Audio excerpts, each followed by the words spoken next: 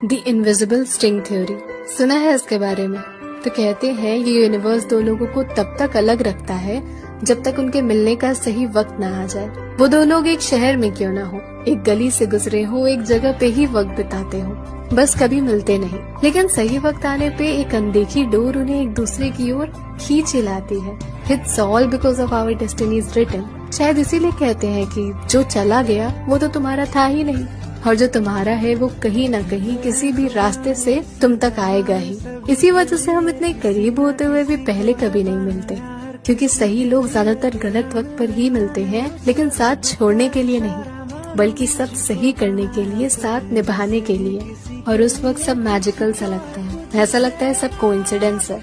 शायद अब मेरी जिंदगी के हर सवाल का जवाब यही सही वक्त का होना है। सही वक्त होने पर वो रिश्ता, वो मोहब्बत कैसे भी तुम तक आ ही जाएगी, क्योंकि इसी को कहते हैं